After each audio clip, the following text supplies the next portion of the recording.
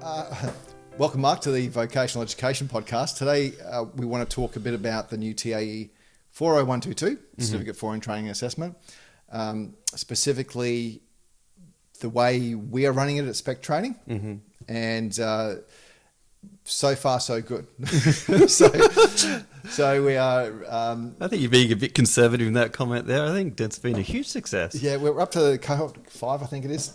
So yeah, it's going okay. And we are launching next week, or week after, the fully online version, which will be developed a bit bootstrapped, really. We're developing the first part's done, but we're just developing the second part after launching it, which is interesting. We seem to be doing a lot of that lately, but that's speed to market for you. Yeah. So tell us about the TAE22. Why is it better? Why is it different? Why is it longer?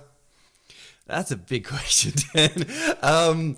Well, I would just say that the betterness comes out of the couple of things. One, there's more requirements to training sessions. So there is actually more inherent practice required and demonstration of presentation skills, training delivery skills. They've actually got to deliver face-to-face. And there's that digital literacy component they've got to really step up to.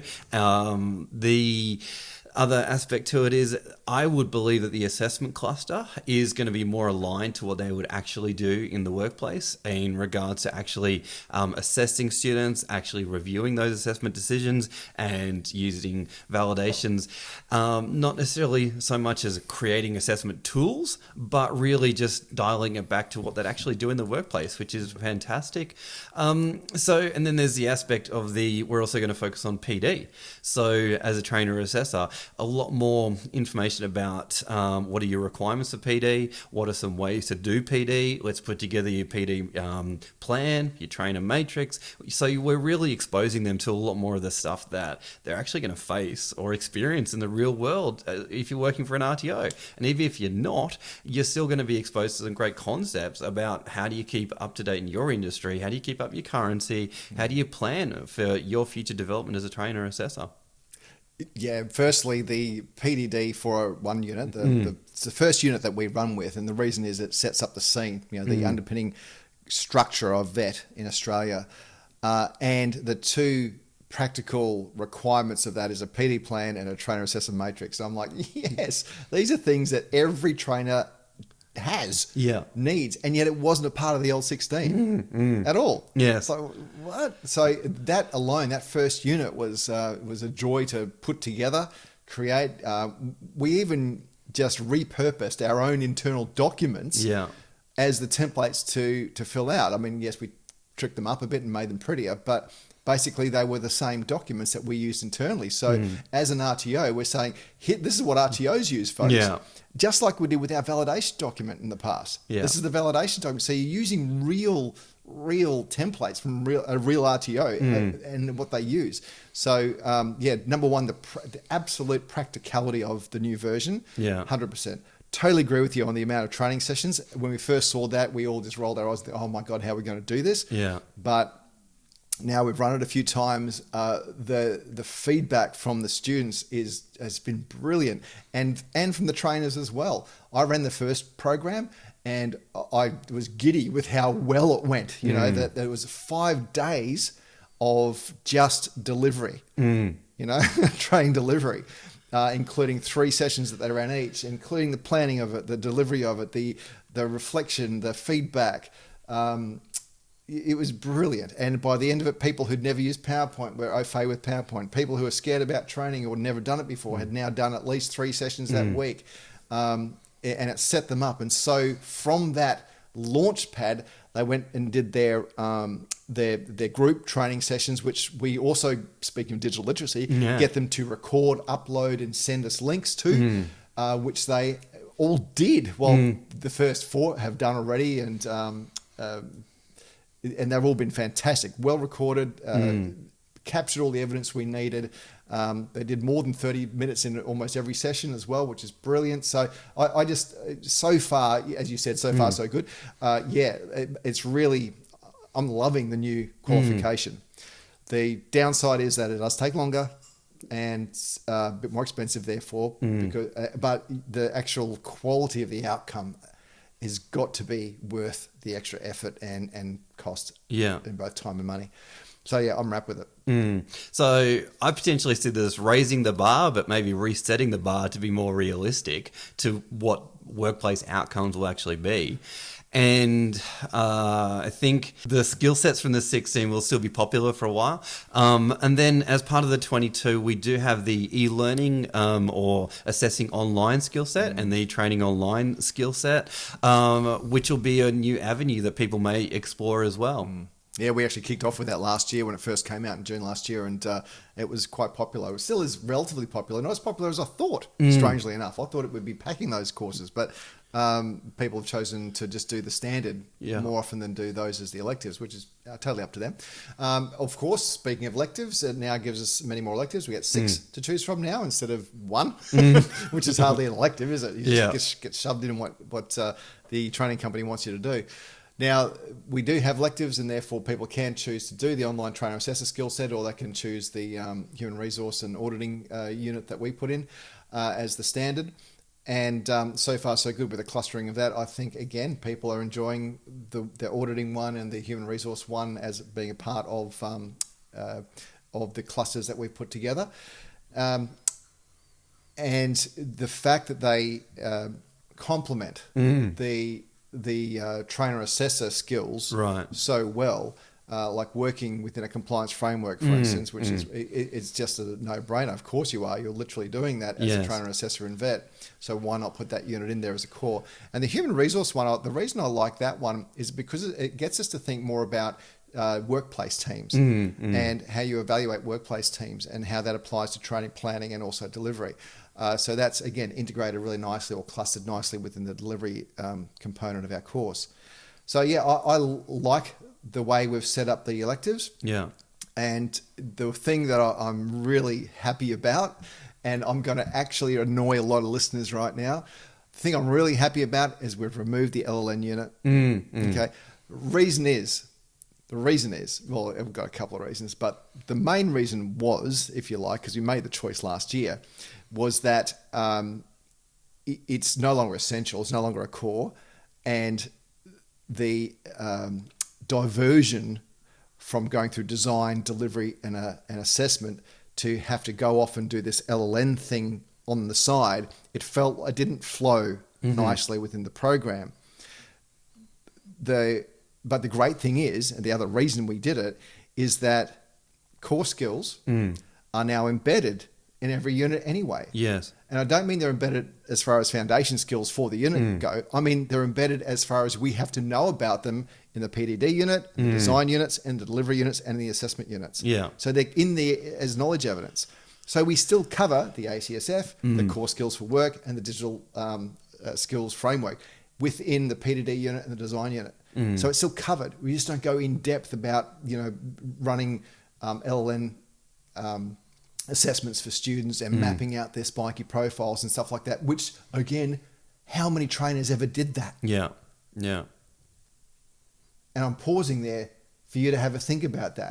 If you're a listener, how often did you have to do that? Now, I am very open to criticism. If you are a listener who did do that a lot, I'd be interested to know what role you had within the RTO.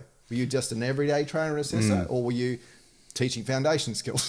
And I think there was always that blurred line of, okay, what's expected of a trainer assessor in LLN compared to an LLN specialist?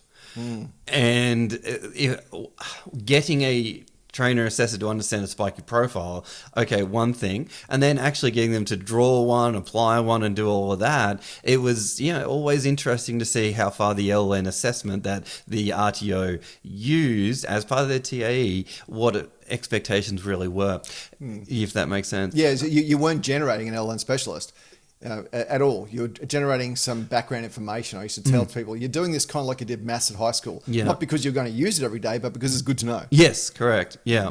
And coming back to a point with the LLN, I think that within our program, within the delivery aspects, we do still talk about it. We still teach it a little bit in regards to support strategies. And part of our scenarios and our group assessments that we have, I think part of it we actually stipulate that you have a real learner or a not so real learner that does have a learning challenge or a learning that they need to navigate, and you need to be able to say in your session plan, how are you going to cater for that, and how are you going to support that learner who may not have those LN skills. So we do put it as part of the program, but we just are not as explicit with the actual unit that we teach as before. But I do believe that people walk away with the skills and knowledge to be able to definitely support someone if they ever come across the someone. Yeah, and your role when we were developing all this last year, you actually wrote a lot of the questions for the delivery unit. And there was a large focus on everything from ADHD and dyslexia and support people with mental health issues. There's a dozen questions almost on all these variations, things that weren't in the previous Cert 4. Yes. So whilst we didn't do an LLN program, we really got into supporting students. And I think that from a trainer assessor practical point of view, way more important. Definitely. Way more important. Because that's what you're actually going to face on a daily, as opposed to filling out someone's Spiky profile and comparing it to training products. Tell me, how do I support someone with dyslexia? Because that is what I need to know more than, yes, knowing the 5 core skills is a great thing. But if someone's in my class and they've got a situation, I'd love to know what are 5 tips on how to do that. And how do I map the core, not map the core skills, how do I derive or identify the core skills from a training product? Who cares? Yes. Sorry, who cares? Yes. I'm going to say in my garage, I've got 5 printed copies of the ACSF, and they're pretty much like the old Telstra telephone book. Yeah, the doorstops. Yeah, the doorstops. They hold up the laptop. Yeah. So look, they're very interesting, and it is interesting to know. As I said, it was like Mass in high school. Great to know, and maybe we're lucky because we did have to go through it. Yeah. And that's a good question to ask ourselves. Maybe because we did go through it and we saw we didn't really apply it, but we do know that stuff. So maybe we do run the LLN skill set still, which requires 3 units. That's evolving with the new 22. So, we are still going to run a workshop for people who want to know and apply language literacy, numeracy, and digital skills framework information to their training products and their trainees. So it's still going to happen, but we're just not doing it as part of the Cert 4. Now that takes us on to the last part, which was a oh my God moment for us, the assessment units. We went from 4 to 2. Okay, 4 being the level 3 unit, and also the ASS 502 back in the day. Now we've just got the 412 and 413, which is assessing competence in vocational education and, of course, validation. So we thought, oh, no worries, we can cover that content in 2 to 3 days. Yes. No, not at all. We've now, and this is what I love about working in a small RTO. The ability we have to change quickly. So we immediately realized after running our first workshop as a trial, we said 3 days ain't going to be enough. We're going to have to make this 4 days. The reason was, now you weren't directly involved with that, but you saw what happened. What did you understand as the reasoning behind going from the 3 to the 4 days? State the obvious, not enough time. Not enough time to complete the full gamut of really doing a pre-validation, then using the assessments, then validating the assessment decisions, and then validating the tools if I've got it correct. But basically realizing the number of times they needed to do that and across that, and then making sure that our program was as strenuous as it needed to be, as meaty and chunky to meet those requirements. And I think you bring up a great point that the company is nimble enough that we go, all right, these students need the extra time. Let's make sure they've got it. And also, let's not rush them through it so they actually understand what they're doing. So I think it was a great, pivotal moment that we go, all right, cool. And going forward, this is the expectations we need to set. This is how we need to explain things. And this is the order and sequence that we can train it in so that people get the most out of it. And it's not a rushed experience, and people actually will walk away going, okay, I can walk into an RTO and I can use these skills And I think the variety that we've given them with the case studies and with the, come up with your own and all that kind of a different approach there, people get such a wide scope of exposure to what they're going to see out there in the marketplace. And on that, so a couple of things. Firstly, as an RTO with over 15 years of operation, we've never had to do that in the past. So as you said, pivotal moment. The first time we thought, you know what, no, we need to give them more time.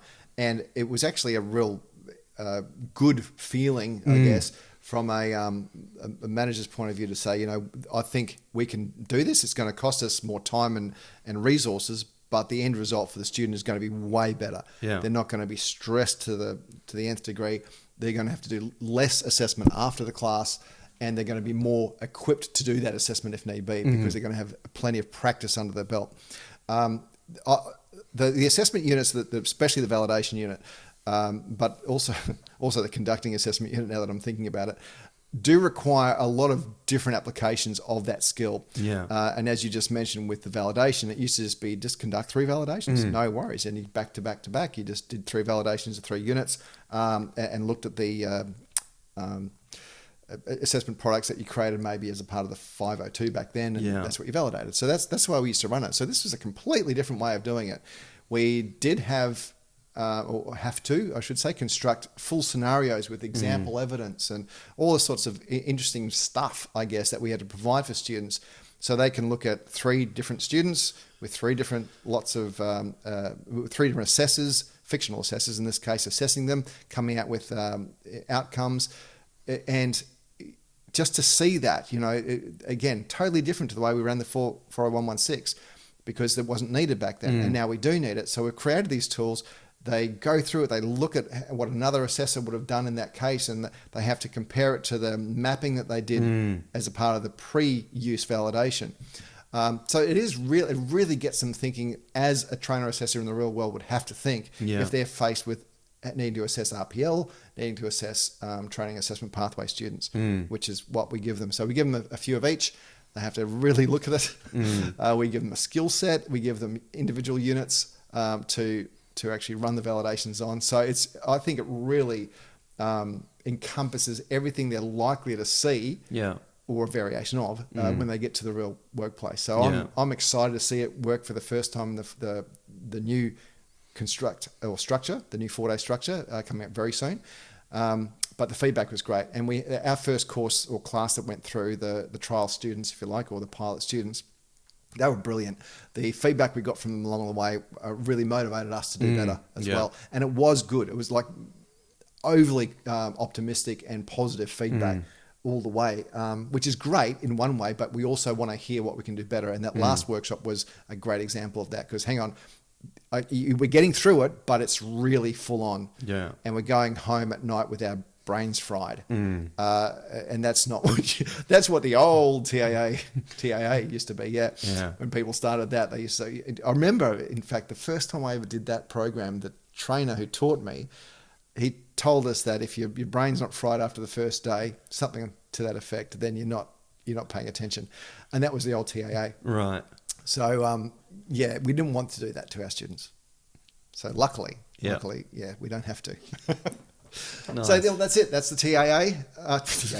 No, it's not the TAA. It's the TAE, 40122. And as I said, we're up to our 5th cohort starting and kicking off the online very, very shortly. Purely online is going to have a lot more by way of video support, video scenarios, all sorts of things. So when we launch that on the 4th of August, I'm actually very excited about that, because it's going to, hopefully, we talked about technology in previous podcasts, but it's going to really excite people, hopefully, to want to plug in and learn. Yeah, definitely. Because there's a lot of different ways they can learn when they attend the online version, not just the virtual version. So with that in mind, folks, this is Dan and this is Mark signing off for today. And we hope to see you again on in future episodes of the Vocational Education Podcast. Thanks so much, Dan. Thanks, Mark. Bye.